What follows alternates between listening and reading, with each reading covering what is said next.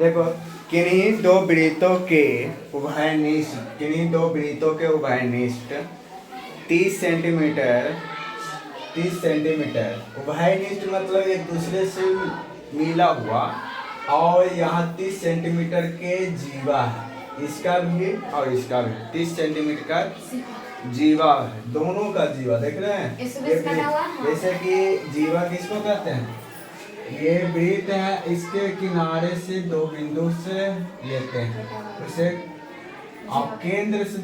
ये तो होता है व्यास, क्या होता है व्यास, जो केंद्र से होते हुए गुजरती है, और दो त्रिज्या होती है, और ये जीवा है, क्या है जीवा। यानी कि यहाँ पे जीवा जो आपको दोनों को उभयनिष्ठ 30 सेंटीमीटर में जीवा दिखाया गया है। तो बताइए, यदि एक वृत्त का व्यास 50 सेंटीमीटर, एक वृत्त का व्यास 50 सेंटीमीटर है, तो दूसरे वृत्त का व्यास 34 सेंटीमीटर है, यानी व्यास कह रहा है जो 50 सेंटीमीटर ये हो गया है, ठीक है, ये हो गया 50 सेंटीमीटर। मान लीजिए केंद्र है, इसका केंद्र, ओके,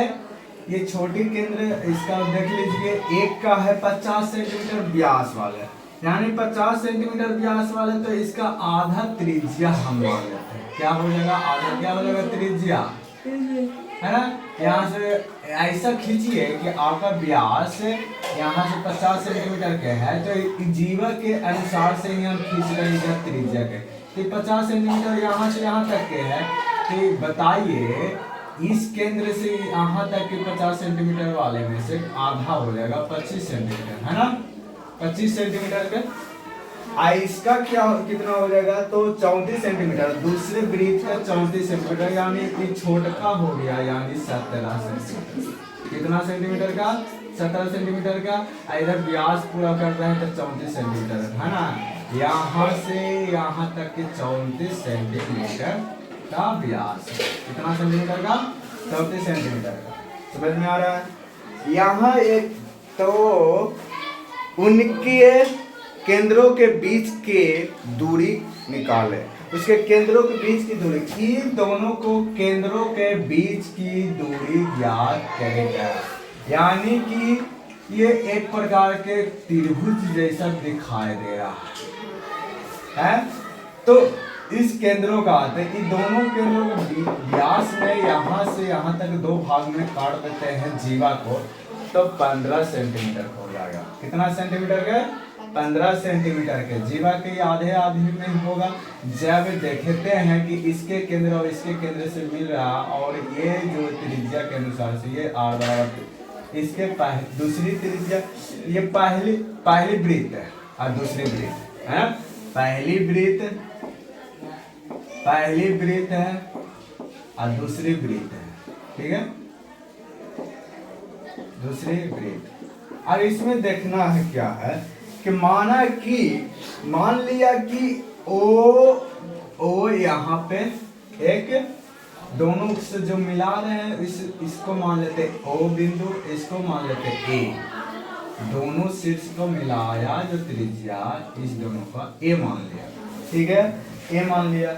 तो एक केंद्र एल है, ये एम है, क्या है, इस दोनों का केंद्र का अलग अलग मान लिया कि ये एल है, ये एम है, क्या है एल है और एम है। तो बताइए यहाँ से हम ए और बी जो है, जो जीवा है, ए बी क्या है जीवा है, ए बी एक जीवा है, इसलिए एओ माने एओ बराबर और ओ बी बराबर कितना सेंटीमीटर हो जाएगा, 15 सेंटीमीटर का हो जाएगा 15 सेंटीमीटर का। कह रहा था कि क्या कि माना कि यहाँ पर कि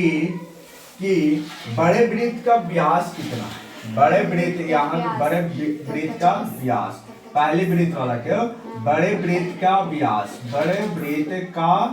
व्यास, इसको लिख लिया, बड़े वृत्त का व्यास, पहले ही ये चित्र में हम बता चुके हैं, बड़े वृत्त का व्यास 50 सेंटीमीटर है, ओके, क्वेश्चन के अनुसार से। इसलिए इसका AL 25 सेंटीमीटर लेके, कितना AL कितना सेंटीमीटर का 25 सेंटीमीटर का, 25 सेंटीमीटर यहाँ त्रिज्या है, 25 सेंटीमीटर का ये क्या है एक त्रिज्या है। और छोटे वृत्त, ये पहली वृत्त और दूसरे वृत्त के छोटे वृत्त मान लेते हैं, बड़े वृत्त और छोटे वृत्त, यानी कि छोटे वृत्त का व्यास कितना हो जाएगा, व्यास कितना 34 सेंटीमीटर। तो बताइए AM क्या है, AM एक त्रिज्या हो जाती है, तो त्रिज्या व्यास बराबर /2 होता है ना, तो /2 इसमें भी किया, तो यानी व्यास 34/34 तो यानी 17 सेंटीमीटर। समझ में आ रहा है, आधा होता है ना, इसका भी यानी 50 सेंटीमीटर बराबर /2 हो जाएगा, यानी /2 है ना, व्यास बाय 2। ओके, तो यहाँ पर देखेंगे कि कह रहा था क्या कि दोनों केंद्रों के बीच की दूरी क्या निकाले, दोनों केंद्रों के बीच की दूरी निकाले, यानी L और M की लंबाई, L और M की लंबाई याद करना हॉट, ठीक है। यही अभी क्वेश्चन के अनुसार से ये जवाब छापे हैं, जो क्वेश्चन के अनुसार से माने लिखना है। ओके, तो हम यहाँ त्रिभुज बन जा रहा है AOM, एक त्रिभुज बना रही है AOM। इस त्रिभुज से चलेंगे तो AOM का त्रिभुज में देखेंगे कि सूत्र के अनुसार से देखेंगे OM पहले निकालेंगे, OM बराबर यहाँ पर आपको पाइथागोरस प्रमेय सूत्र लगाना होगा। ये पाइथागोरस प्रमेय ये 90 डिग्री, ये भी 90 डिग्री, तो सामने वाले भुजा कर्ण के स्क्वायर के रूप में है, तो यानी कर्ण का स्क्वायर बड़ी हो जाएगा, तो 70 का स्क्वायर लिख लेते हैं। अरे हो जाएगा AM का स्क्वायर, AM का स्क्वायर यानी 70 स्क्वायर होगा ना, है 90 डिग्री के सामने वाला भुजा क्या कहलाती है, कर्ण है, तो AM का स्क्वायर हो जाएगा माइनस कर्ण स्क्वायर में से क्या करते हैं घटाते हैं, तो यहाँ पर ये इसका लंब जो है, इसका लंब है, इसका इसके सामने भुजा यानी कि इसका आधार या लंब किसी को मानिए, यहाँ पर क्या हो जाएगा OA क्या हो गया, OA का कितना है 15 सेंटीमीटर, AO कितना सेंटीमीटर 15 सेंटीमीटर इक्वल कितना हो जाएगा निकालिए, 17 का स्क्वायर 289, 17 का स्क्वायर 289। दो तरीका से इसको कर सकते हैं, पहला तरीका ये है और दूसरा तरीका एक और बता सकते हैं यार, A square minus B square के रूप में कर सकते हैं, तो हम यही तरीका से स्क्वायर करके कर लेते हैं। ठीक है, कितना आ जाएगा 289 में से 25 घटाएंगे कितना होगा, 9 में से 5 गया 4, 8 में से 2 गया 6 और 2 में से 2 गया 0, यानी 8 64।